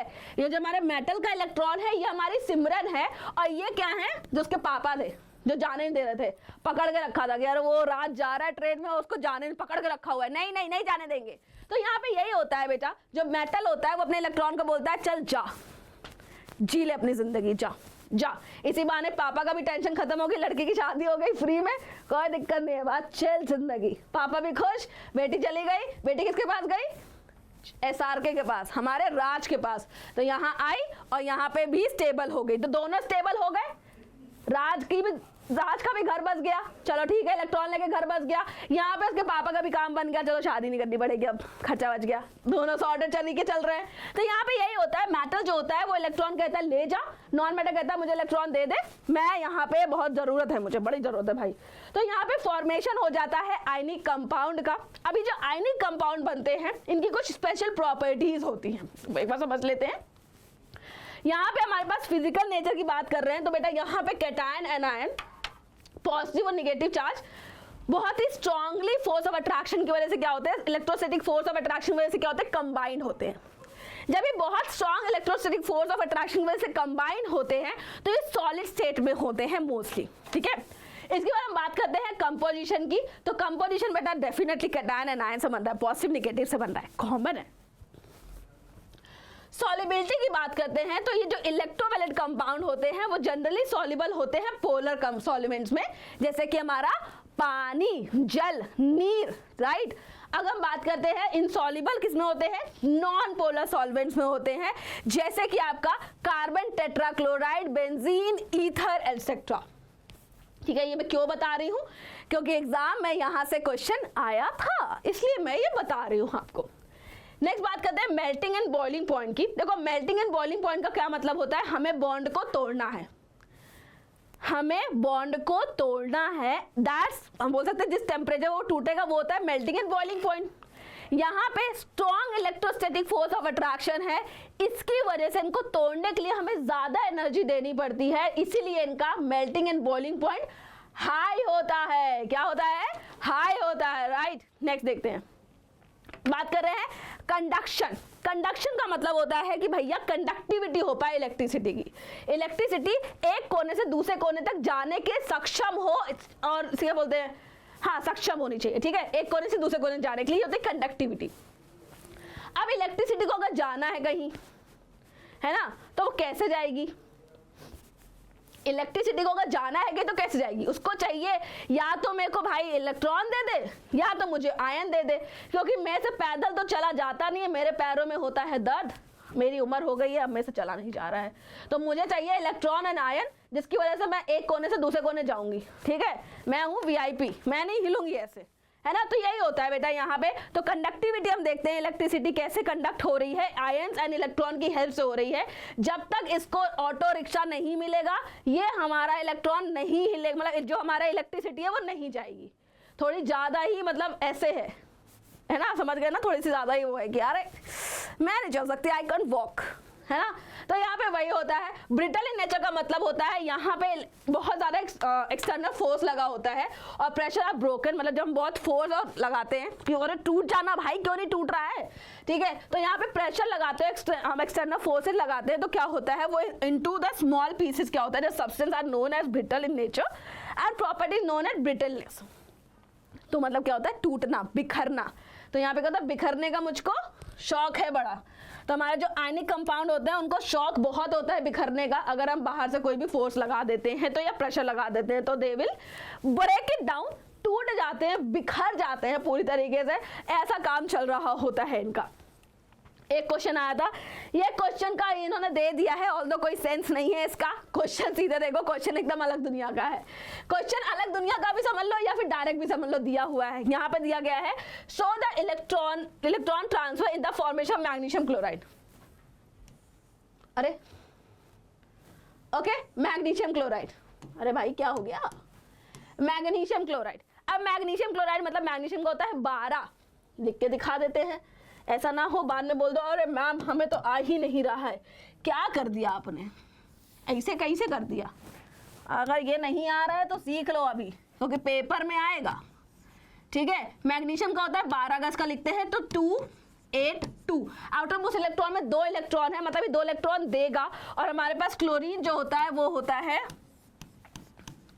2 8 7, मतलब ये 1 इलेक्ट्रॉन लेगा। मैग्नीशियम 2 इलेक्ट्रॉन देने की कैपेबिलिटी रखता है और क्लोरीन को 1 इलेक्ट्रॉन चाहिए, तो क्लोरीन कहेगा रुको भाई मैं अपने दोस्त को भी लेके आऊंगा। तो 2 क्लोरीन आते हैं और ये इससे इलेक्ट्रॉन लेते हैं और हमारा काम हो जाता है। तो आप इसको बनाओगे कैसे? आप इसको बनाओगे कुछ इस तरह से, Mg के 2 इलेक्ट्रॉन बनाओगे, ठीक है, क्लोरीन का 1 इलेक्ट्रॉन ऐसे, क्लोरीन का 1 इलेक्ट्रॉन ऐसे, और ये इस तरह से होगा। बाकी इनके बचे हुए इलेक्ट्रॉन आप यहाँ पे बना दोगे, जैसे कि इसके पास जो बाकी के हैं 6 इलेक्ट्रॉन वो यहाँ बना दोगे। दैट इज 1 2 3 4 5 6, 1 2 3 4 5 6, ठीक है, डन है। इस तरह से करना है और ये आंसर आ जाएगा। नेक्स्ट क्वेश्चन है, यहाँ पे 2 प्रॉपर्टीज बतानी है बेटा, आपको मैंने बताई है। मेल्टिंग एंड बॉइलिंग पॉइंट के अलावा कोई भी 2 प्रॉपर्टी बता सकते हो, कंडक्टिविटी बता सकते हो, फिजिकल स्टेट बता सकते हो, ओके, ब्रिटलनेस बता सकते हो, कुछ भी यहाँ पे यूज कर सकते हो आप। अब बात करते हैं यहाँ पे आयनिक कंपाउंड सोडियम क्लोराइड का, मैंने बना के बताया हुआ है। नेक्स्ट क्वेश्चन था आयनिक कंपाउंड सॉलिड जब फॉर्म में होते हैं तो इलेक्ट्रिसिटी कंडक्ट क्यों नहीं करते हैं? क्योंकि बेटा इलेक्ट्रिसिटी कंडक्ट करने के लिए हमें आयंस या फ्री इलेक्ट्रॉन्स की जरूरत होती है। जब वो कंबाइंड फॉर्म में होते हैं तो वो फ्री इलेक्ट्रॉन या हो सकते हैं वहां पे आयनिक फॉर्म में नहीं होते हैं, इसीलिए कंडक्टिविटी नहीं शो कर पाते in solid state. What happen at the cathode when electricity is pass through the aqua solution of sodium chloride? Sodium chloride में जब इलेक्ट्रिसिटी पास की जाती है NaCl में, तो क्या होता है? पानी होता है, ब्राइन सोल्यूशन लिया, कंसंट्रेटेड लिया brine solution, concentrated NaCl solution को ब्राइन सोल्यूशन बोलते हैं। तो NaCl टूटता है तो यहाँ पे क्या बनता है, ये हमने एसिड बेसिस में पढ़ा है और ये आप बताओगे कमेंट सेक्शन में। मैं कमेंट सेक्शन देखती हूँ सारे क्लास के, तो प्लीज यहाँ पे आंसर करना है कि मैम इसका आंसर ये है। ये एसिड बेसिस सॉल्व में पूरा पढ़ाया मैंने। 15 डेज डिस्ट्रॉय सीरीज जो प्रीवियस चैप्टर्स की नहीं देख के बैठा है उसको देख लेना बेटा, क्योंकि वो बहुत इंपॉर्टेंट है। पीपीटी में जितने भी क्वेश्चन है, जितने भी कॉन्सेप्ट है, उसके बाहर आपको एक अक्षर पढ़ने की जरूरत नहीं है, एक भी सिंगल अक्षर नहीं पढ़ना है उसके बाहर। बस उतना कर लो, बोर्ड में भैया नैया पार है, मेरी गारंटी है, पक्का पार हो जाएगी।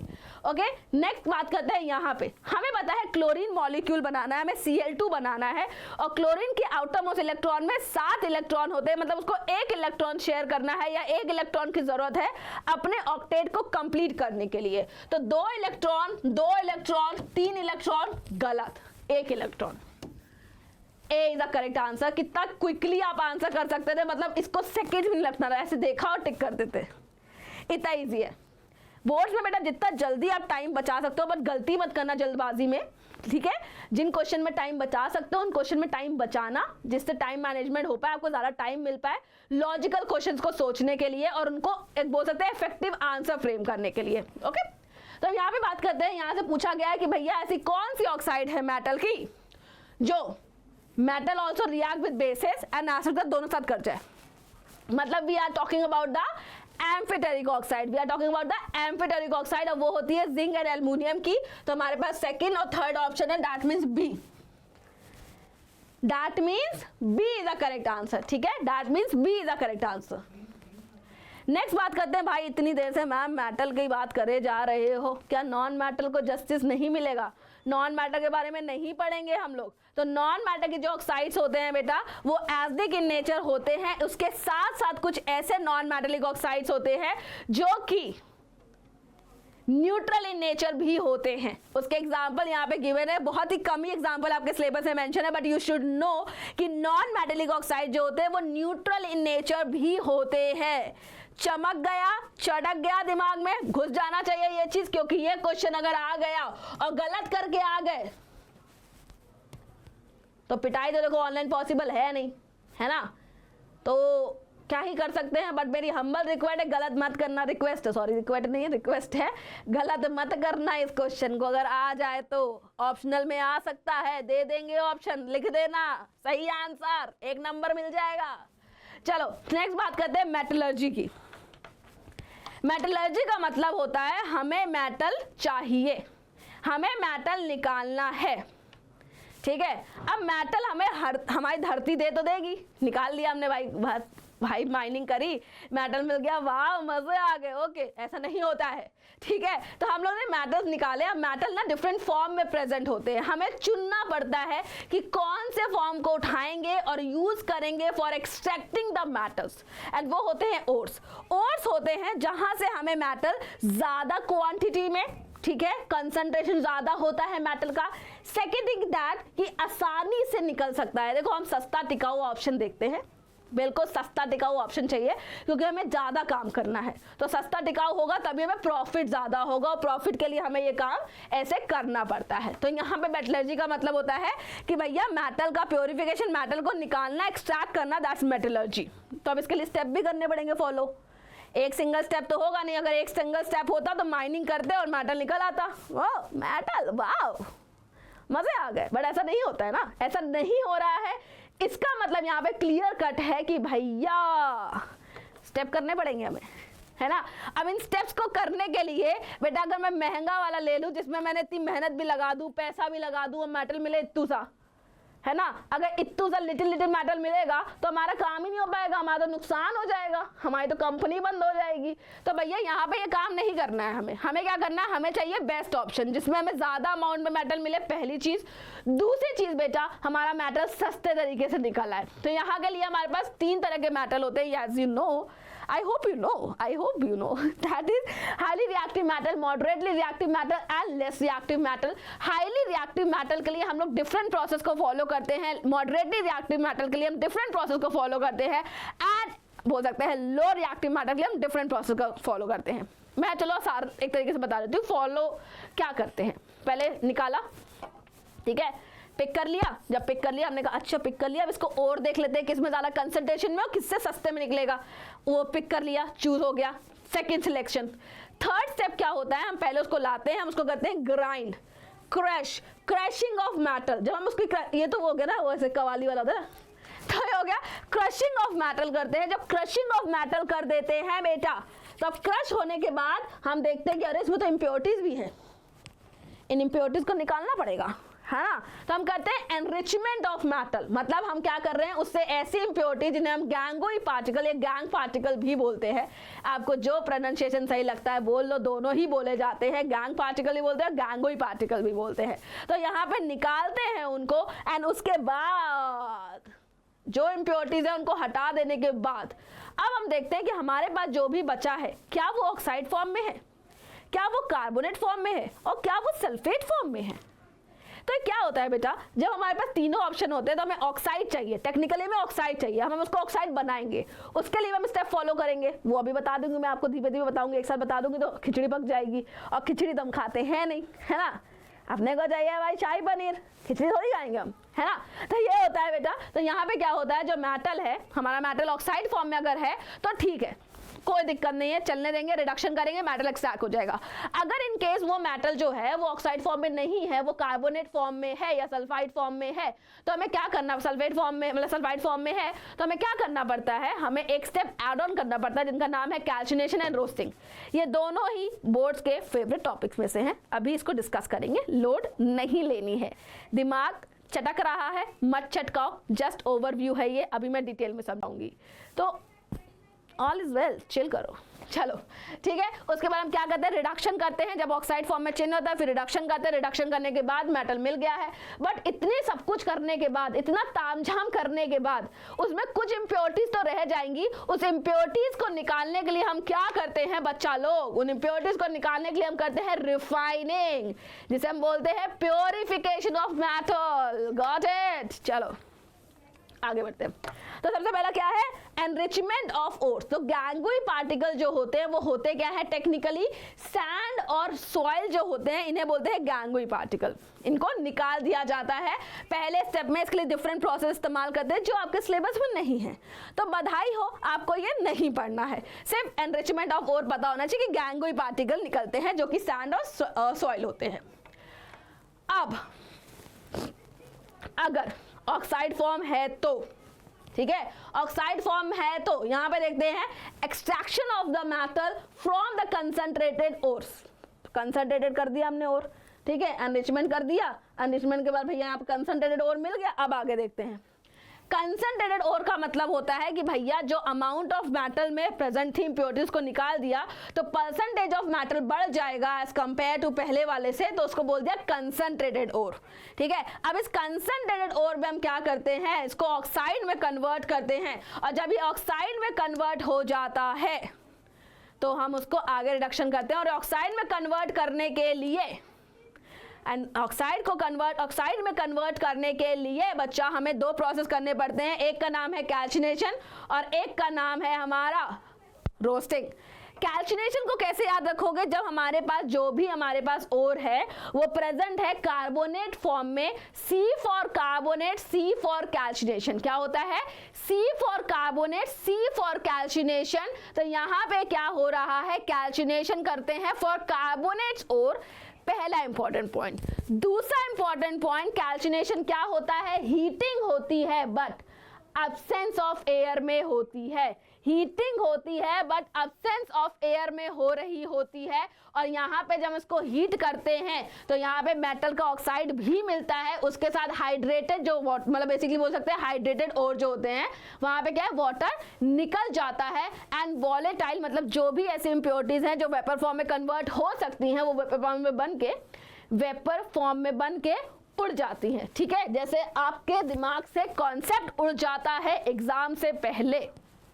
आफ्टर दिस क्लास अगर मेटल एंड नॉन मेटल के कॉन्सेप्ट उड़ गए ना, दोबारा वीडियो देखना, ठीक है, और कोई ऑप्शन नहीं है। चलो आगे बढ़ते हैं। तो यहाँ पे जिंक कार्बोनेट में कैल्सिनेशन किया है, हमने हीट किया है तो जिंक ऑक्साइड बन गया है, कार्बन डाइऑक्साइड बन गया है, इसको कैल्सिनेशन कर दिया है, ये आपको यहाँ पे दिख रहा है जिंक कार्बोनेट। एंड यहाँ पे क्या है, नेक्स्ट करते हैं रोस्टिंग। रोस्टिंग की बात होती है, रोस्टिंग करते हैं सल्फेट के लिए, राइट। यहाँ पे ये होता है, ये किस में होता है, concentrated ore strongly in the excess of air,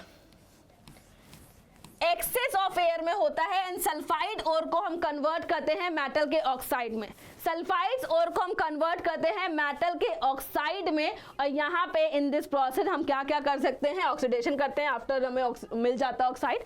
and volatile impurities जो होती है वो भी उड़ जाती है क्योंकि हीटिंग तो हो ही रही है, बट यहाँ पे क्या होती है, एक्सेस एयर में होती है। रोस्टिंग का मतलब क्या है, ना रोस्टेड चिकन होता है, वो एयर की हेल्प से क्या कहता है, रोस्ट किया जाता है। मैं नहीं खाती बट ऐसा मुझे सुना है, ठीक है। तो यहाँ पे क्या होता है, अब आप बोलोगे मैम झूठ बोल रही हैं, बट मैम सच बोल रही हैं, मैम नहीं खाती है नॉनवेज क्योंकि मैम तुलसी माला पहनती है इसलिए। चलो आगे बात करते हैं जिंक सल्फाइड की। जिंक सल्फाइड में देखो यहाँ पे ऑक्सीजन मेंशन है, अगर आप रिएक्शन में देखोगे बेटा क्लियरली मेंशन होगा, यहाँ पे कैल्सिनेशन में ऑक्सीजन मेंशन नहीं है, इसका मतलब ऑक्सीजन की एब्सेंस है। यहाँ पे प्रेजेंस ऑफ ऑक्सीजन में करवाया गया है और सल्फर डाइऑक्साइड, और यहाँ पे क्या हुआ है, मेटल का ऑक्साइड मिल गया है हमें, ठीक है, जब हमने रोस्टिंग कर दी है। अब बात करते हैं रिडक्शन। ऑक्साइड मिल गया हमें, हमने सब ऑक्साइड बना लिया, अगर कार्बोनेट था उसको भी ऑक्साइड बना लिया, सल्फाइड था उसको भी ऑक्साइड बना लिया, और जो ऑक्साइड था वो तो ऑक्साइड है ही।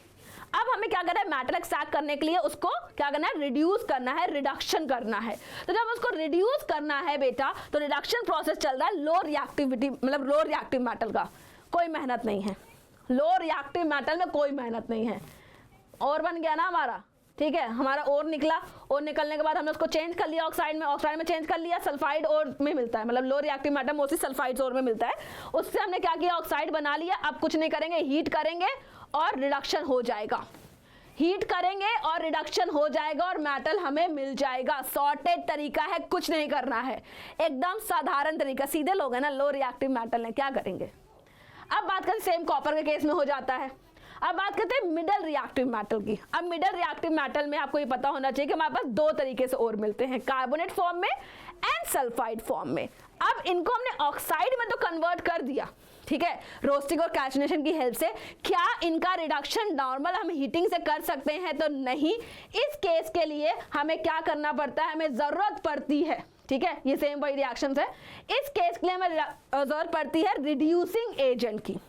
रिड्यूसिंग एजेंट हमारा कोक होता है, जैसे कि कार्बन से आता है, ये क्या करता है, रिड्यूस करता है। रिड्यूस क्या करता है, बेसिकली क्या होता है, reduction, removal of oxygen, remove करेगा खुद रिड्यूस हो जाएगा, और यहाँ पे सॉरी दूसरे को रिड्यूस करेगा खुद ऑक्सीडाइज हो जाएगा, एडिशन ऑफ ऑक्सीजन, ये रिडॉक्स रिएक्शन है आपकी। आई होप आप देख पा रहे हो, अब दिमाग में चीज़ें कनेक्ट कर पा रहे हो, रिएक्शन समझ पा रहे हो कहाँ पे क्या हो रही है, क्योंकि पहला चैप्टर हम कर चुके हैं 15 डेज डिस्ट्रॉय सीरीज में, हमने सब कुछ किया है, उसके इंपॉर्टेंट रिएक्शन भी मैं दोबारा करवा चुकी हूँ। तो भैया नहीं देखा है वीडियो तो देखो जाके, आपके लिए ही बनाया है, एग्जाम में क्वेश्चन आएगा तो क्या करोगे हैं? वही होता ना, अब पछतावत होत क्या, जब चिड़िया चुग गई खेत। तो चिड़िया जो चुग रही है खेत, उसको चुग के उड़ ना पाए उससे पहले ही पकड़ लो उसको, ठीक है? पढ़ लो जाके, आगे देखते हैं। अब ये जरूरी है कि हम कोक का इस्तेमाल करें? नहीं, हम एक ऐसा मेटल भी यूज कर सकते हैं जो हाईली रिएक्टिव है, तो लेस रिएक्टिव मेटल को वहां से उसके ऑक्साइड से हटा देगा और खुद उसको कंबाइन हो जाएगा उसके साथ और उस मेटल को फ्री कर देगा, तो हमें मेटल मिल जाएगा। तो यहाँ पे आप देख सकते हो मैग्नीज डाइऑक्साइड जो है एल्युमिनियम को डाला है, तो एल्युमिनियम क्या है, ज्यादा रिएक्टिव है, तो वो क्या कहेगा, इसको बोलेगा मैग्नीज को, चल निकल, हो गया आज के लिए तेरा हो गया, अब निकल तू, है ना? तो यहाँ पे वही चलता है, अब हो गया तेरा, अब तू निकल। तो यहाँ पे हाईली रिएक्टिव मेटल लिया गया है, तो यहाँ पे डिस्प्लेसमेंट रिएक्शन आई होप आपको दिख रही होगी। पहला चैप्टर में सब कुछ है, वही रिएक्शन घूम घूम के हैं, तो यहाँ पे डिस्प्लेसमेंट रिएक्शन दिख रही है, नहीं दिख रही है तो देखो, जाओ पहले देखो, दिख रही है ना, क्लियर है, समझ आ गया, सब कुछ सॉर्टेड है, आगे बढ़ते हैं। यहाँ पे ये बोर्ड की सबसे फेवरेट रिएक्शन है, क्यों? क्योंकि थर्माइट रिएक्शन से इतने ज्यादा क्वेश्चन बनाते हैं ये लोग, I don't know why, but ये उनकी बहुत फेवरेट रिएक्शन है, क्योंकि ये हेल्प करती है जो रेल ट्रैक्स होते हैं, रेलवे ट्रैक्स होते हैं, उनके क्रैक्स को कवर करने के लिए, उनको भरने के लिए इनका इस्तेमाल किया जाता है, राइट? पहले इस्तेमाल करें, तो यहाँ पे उसका इस्तेमाल किया जाता है क्रैक्स में भरने के लिए। अब ये होता क्या है, कैसे होता है वो समझते हैं। यहाँ पे क्या होता है बेटा, हमारे पास आयरन का जो ऑक्साइड होता है, ये यहाँ पे एल्युमिनियम के साथ रिएक्ट करता है और क्या बनाता है, आयरन एंड एल्युमिनियम का ऑक्साइड, और हीट निकली कि एक्सोथर्मिक है। मैम सही बोला, एक्सोथर्मिक है, सही बात है, बिल्कुल सही बात है बेटा। ये एक्सोथर्मिक इतनी ज्यादा एक्सोथर्मिक होती है कि जो एनर्जी निकल रही है इसकी हेल्प से ये जो मेटल है ये मॉल्टेड फॉर्म में मिलता है, लिक्विड फॉर्म में मिलता है, और जब लिक्विड फॉर्म में मिलता है तो उस ट्रैक के बीच में जो क्रैक्स उसमें भर जाता है, और भरने के बाद काम सेट हो जाता है, हमारा क्रैक्स बंद हो जाते हैं। तो ये होता है।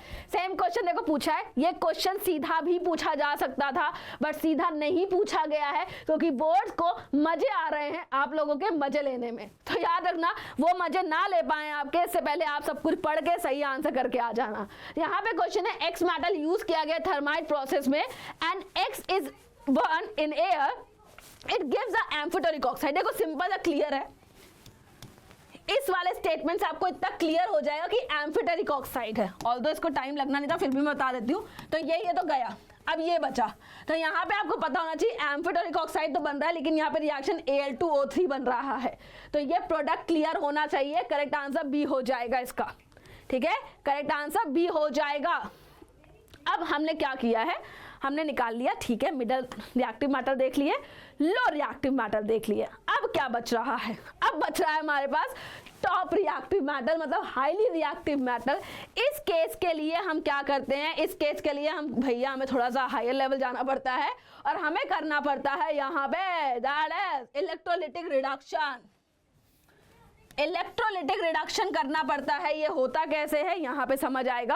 हम लोग लेते हैं इलेक्ट्रोड्स, एनोड एंड कैथोड। यहाँ पे इनर्ट इलेक्ट्रोड्स लिए जाते हैं, याद रखना, यहाँ पे इनर्ट इलेक्ट्रोड लिए जाते हैं। और इनर्ट इलेक्ट्रोड जो होते हैं बेटा, मान लो NaCl है, मॉल्टेड में NaCl लिया गया है, अब इसमें क्या हो रहा है, टूटेगा Na+ और Cl- में, और ये क्या करेंगे, मूव करेंगे।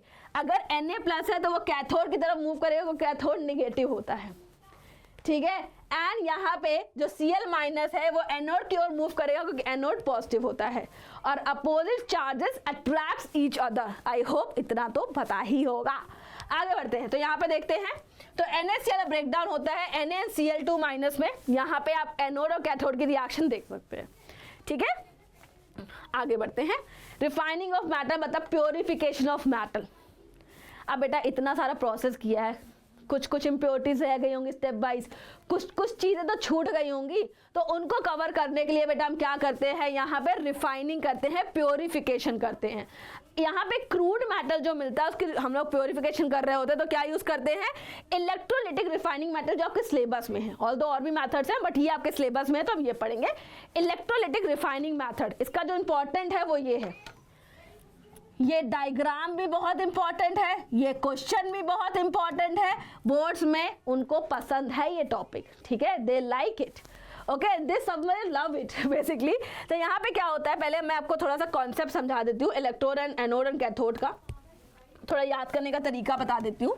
अगर मैं बात करती हूँ NCR, 2 वर्ड याद करने हैं आपको, ठीक है, NCR, ठीक है, NCR और PAO, पाओ, NCR पाओ, NCR में जाके क्या पाओ, कुछ मत पाओ, NCR में जाके छोले भटूरे पाओ, है ना। तो ये क्या होता है, निगेटिव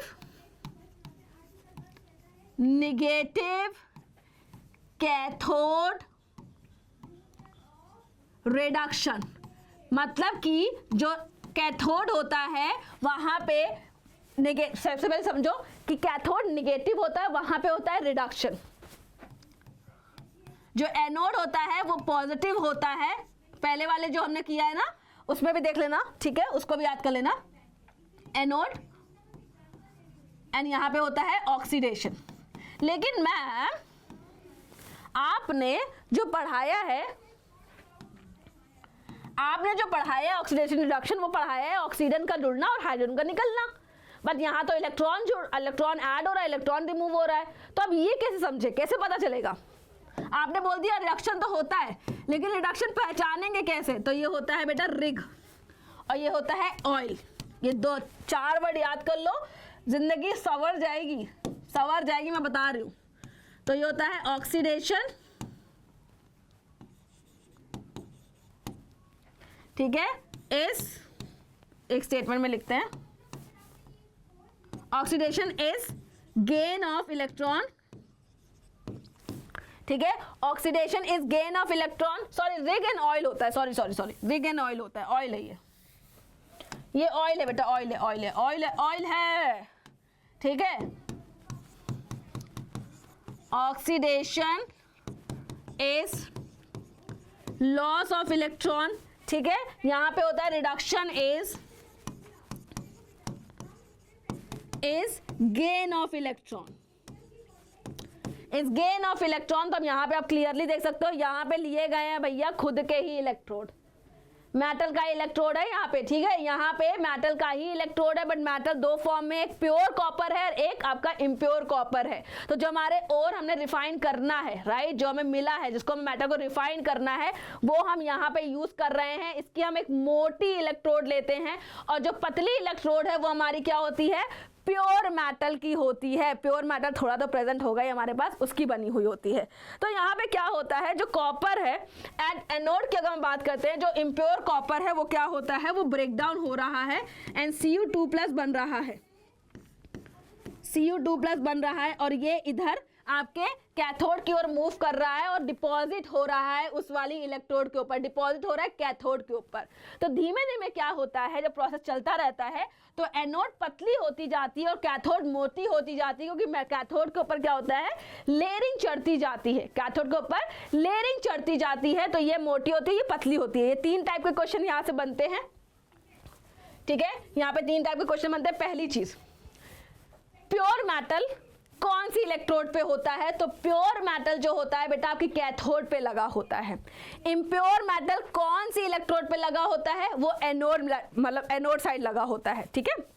दूसरा क्वेश्चन जो बनता है, जो आपका इम्प्योर मेटल है उसकी जो इलेक्ट्रोड है वो थिन होती है ओवर द टाइम या थिक होती है, तो आपको पता है कि वो थिन होती जाती है एंड आपका जो कैथोड है वो थिक हो जाता है आफ्टर द रिएक्शन। अब हमारे पास एक एनोड मड भी बनती है जो कि इम्प्योरिटीज होती हैं बेटा, और याद रखना इम्प्योरिटीज का मतलब ये नहीं होता है कि यूजलेस है। इम्प्योरिटी जो यहाँ पे मिलती हैं उसमें अदर मेटल्स होते हैं, जैसे कि गोल्ड भी हो सकता है, राइट, गोल्ड और अदर वैल्यूएबल मेटल्स भी हो सकते हैं आपके एनोड मड में। तो यहाँ पे जो सॉल्यूशन इस्तेमाल किया गया है वो यूज हुआ है कॉपर सल्फेट सॉल्यूशन, इलेक्ट्रोलाइट्स बोलते हैं जिसे, ठीक है, ये बहुत इंपॉर्टेंट है, याद रखना, बहुत घनघोर इंपॉर्टेंट क्वेश्चन है। ठीक है, यहाँ पे ये कहानी लिख दी है, कहानी नहीं पढ़ेंगे, क्वेश्चन पढ़ेंगे। Name the process used for, like name the process of reduction used for the metal that give vigorous reaction with air and water।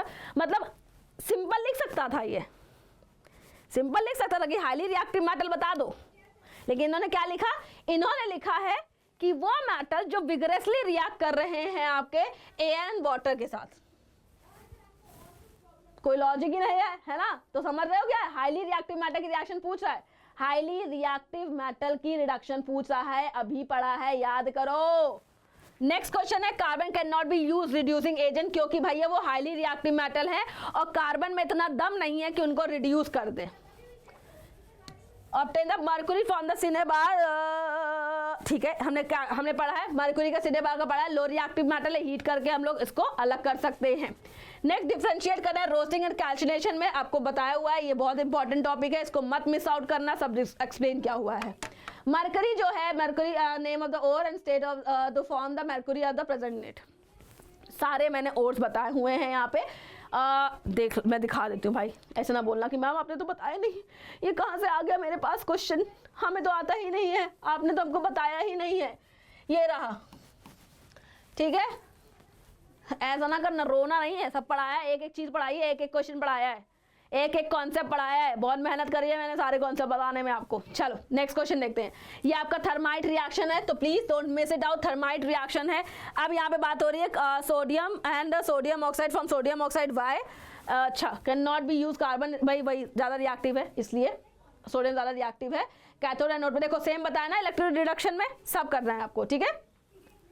अब ये क्वेश्चन आया हुआ है बेटा, यहाँ पे आपसे पूछा गया कि जिंक का जो ऑक्साइड है, ये जो बना है, ठीक है, ये रिएक्शन आप क्लियरली देख रहे हो, removal of oxygen addition of oxygen हो रहा है, मतलब ये रिडॉक्स रिएक्शन है। एंड यहाँ पे क्या है, रिडक्शन हो रहा है, बिल्कुल जिंक ऑक्साइड का रिडक्शन हो रहा है, कार्बन एक रिड्यूसिंग एजेंट की तरह काम कर रहा है, तो दोनों ही सही है, इसीलिए करेक्ट आंसर हो जाएगा A1, ठीक है, करेक्ट आंसर हो जाएगा A1। अब बात करते हैं कोरोजन की। कोरोजन क्या होता है बेटा, मेटल्स में, मेटल्स की जो होती है रिएक्टिविटी होती है, वो रिएक्ट करते हैं, सराउंडिंग से रिएक्ट करते हैं, when it react with the surrounding वो एक डेफिनेटिव प्रोडक्ट बनाएंगे। अब अगर मैं आयरन की बात करती हूँ जिसमें होता है रस्टिंग, अगर मैं आयरन की बात कर रही हूँ जिसमें होता है रस्टिंग, याद रखना, ठीक है, अगर मैं आयरन की बात करती हूँ तो इसमें होती है रस्टिंग। रस्टिंग का मतलब होता है बेटा कि हमारे पास जो लेयर बन रही है वो ब्राउन फ्लेकी लेयर बन रही है, ठीक है, ये क्या बन रही है, ब्राउन फ्लेकी लेयर बन रही है, और जो आयरन रिएक्ट किसके साथ कर रहा है, मॉइस्चर के साथ प्लस आपका ऑक्सीजन के साथ, ठीक है। अगर मैं यहाँ पे कॉपर ले लेती हूँ, ठीक है, अगर मैं यहाँ पे कॉपर ले लेती हूँ तो यहाँ पे होती है tarnishing of copper, tarnishing of copper, ठीक है। अब ये जो टार्निशिंग होती है, कॉपर किसके साथ रिएक्ट करता है, कॉपर रिएक्ट करता है कार्बन डाइऑक्साइड, पानी और ऑक्सीजन के साथ, और हमें देता है basic carbonate, basic carbonate, basic carbonate, ये होती है ब्राउन इन कलर, ये होती है brown in colour, sorry green in colour, मैं क्या ही बोल रही हूँ, मैं रस्टिंग दिमाग में चल रहा है, मैं यहाँ पे बोल रही हूँ ग्रीन इन कलर, ये ब्राउन इन कलर होती है, ठीक है। अब बात करते हैं सिल्वर की। सिल्वर जो होता है, सिल्वर भी यहाँ पे हम सिल्वर की बात करें, Ag की बात करें, Ag, Og, लोजी, सुनोजी, मैं हूँ मनमोजी, तो यहाँ पे रिएक्शन करवाता है, H2S से रिएक्शन होती है इसकी, Ag की तो ब्लैक लेयर बनती है, AgS की ब्लैक लेयर बनती है, ठीक है, AgS की ब्लैक लेयर बनती है, इज इट क्लियर। सिल्वर के केस में ये होता है, AgS की ब्लैक लेयर बन रही है। तो यहाँ पे एक ये आता है क्वेश्चन, सिंपल सी बिल्कुल सॉर्टेड तरीका है बेटा यहाँ पे बताने का कि भैया हमें ऑक्सीजन भी चाहिए, ठीक है, हमें ऑक्सीजन भी चाहिए और हमें क्या चाहिए, मॉइस्चर भी चाहिए रिएक्ट करने के लिए। तो यहाँ पे आपको क्लियर कट है भैया, ड्राई है तो नहीं होगा, इन्होंने पानी को बॉईल कर दिया, मतलब ऑक्सीजन उड़ गई है और ऑक्सीजन आ भी नहीं सकती क्योंकि ऑयल की लेयरिंग कर दी गई है। पानी है यहाँ पे और एयर है, तो मतलब इस केस में रस्टिंग होगी, and air water and salt है, तो यहाँ पे रिएक्शन जल्दी होगी, यहाँ रस्टिंग जल्दी होगी क्योंकि सॉल्ट जो होता है वो बढ़ाता है। अब यहाँ पे बात करते हैं कोरोजन या प्रिवेंशन कैसे हो सकती है। तो पहला ऑयलिंग कर दे, लेयरिंग करनी टेक्निकली, ऑयलिंग कर दे, या तो हम कर दें ग्रीसिंग या हम कर दें गैल्वेनाइजेशन, ठीक है, या फिर हम क्या करेंगे इस केस सिनेरियो में कि भैया जो कोरोजन को करना है तो अलॉय बना दें, ठीक है, क्या करें अलॉय बना दे। अलॉय क्या होते हैं बेटा, मेटल और नॉन मेटल, एक से ज्यादा मेटल को नॉन मेटल से मिक्स करते हैं तो अलॉयज का फॉर्मेशन होता है। ये होमोजीनियस मिक्सचर होते हैं। अभी ये पूरी इंफॉर्मेशन नहीं है, वो रहने दो, अभी फिलहाल के लिए होमोजीनियस होते हैं, ठीक है। अब यहाँ पे क्या होता है, ब्रॉन्ज, ब्रास, स्टील, ये आपको याद करने हैं क्योंकि यहाँ पे आता है ये किन के मिक्सचर्स होते हैं, copper, tin, copper, zinc, iron and carbon. याद रखना बेटा, अगर मिक्सिंग की है तो मिक्सिंग यूजलेस नहीं होती है। मिक्सिंग करने का रीजन यहाँ पे ये है कि इनको कुछ एडिशनल चीजें मिल जाती है, एडिशनल बोल सकते हैं ब्राउनी पॉइंट्स मिल जाते हैं, वो ये है। तो हमारे घरों में जो यूज हो रही होती है, जो भी प्लेट्स एंड ऑल यूज हो रही होती है टेक्निकली, वो स्टेनलेस स्टील की बनी हुई होती है। तो ये आप याद कर लेना, ये पेपर में आता है, आप क्वेश्चन देख सकते हैं। क्वेश्चन आप देख सकते हैं यहाँ पे clearly copper and tin bronze का अलॉय है, ठीक है। ये बेटा आपका योद्धा क्रैश कोर्स है। इन केस अभी भी पढ़ना शुरू नहीं किया है, बिल्कुल बेशर्मी में आ गए हो कि भैया पढ़ना ही नहीं है, ठीक है, तो याद रखो बोर्ड सिर पे है, इस बार पेपर इजी नहीं आने वाला है, इस बार पेपर हलवा नहीं होने वाला है। तो अगर पढ़ना शुरू नहीं किया है तो पढ़ना शुरू कर दो, बहुत ज़्यादा ज़रूरी है। पहला बोर्ड्स है, समझ रहे हो, अगर पहला ही आपने खराब कर दिया उसके बाद आगे क्या करोगे, आपको कॉन्फिडेंस लेवल डाउन हो जाएगा। मैं ये नहीं कह रही हूँ कि आगे कम बैक नहीं होगा, हो सकता है, लेकिन कॉन्फिडेंस डाउन होगा। तो पहला बोर्ड से अच्छे से करो, पहले एग्जाम से अच्छे से करो, घर वालों के सामने थोड़ी इज्जत बना लो, वरना आगे बेइज्जती बहुत होती है। तो यहाँ पे क्या है, योद्धा क्रैश कोर्स सीरीज है बेटा। इस सीरीज में आपके सारे कॉन्सेप्ट, सारे PYQ सब कवर किए जाएंगे। अभी भी नहीं पढ़ा है तो प्लीज इसको एक बार जाके एक्सप्लोर करो, देखो, लिंक आपके भाई जाओगे नीचे डिस्क्रिप्शन पे गिवन है, उसको देखो, एक्सप्लोर ही कर लो भाई। इतनी देर तक रील एक्सप्लोर कर रहे हो, उसको एक्सप्लोर करो जाके, ठीक है, इसको एक्सप्लोर करो, थोड़ा समझ आएगा कि चीजें क्या चल रही हैं। यहाँ पे आपको टेस्ट सीरीज भी मिल जाएगी, यहाँ पे आपको मिल जाएंगे 800 से ज्यादा क्वेश्चन। मेंटोरशिप, अब 3 दिन का गैप एग्जाम के बीच में है ना, अब उस टाइम पे पूरा वन शॉट तो देखने बैठोगे नहीं, 1-to-1 बात कर लोगे आधे घंटे, फैकल्टी से डाउट क्लियर हो जाएंगे आपके, जो कि बहुत अच्छी चीज़ है, मतलब पॉजिटिव पॉइंट है।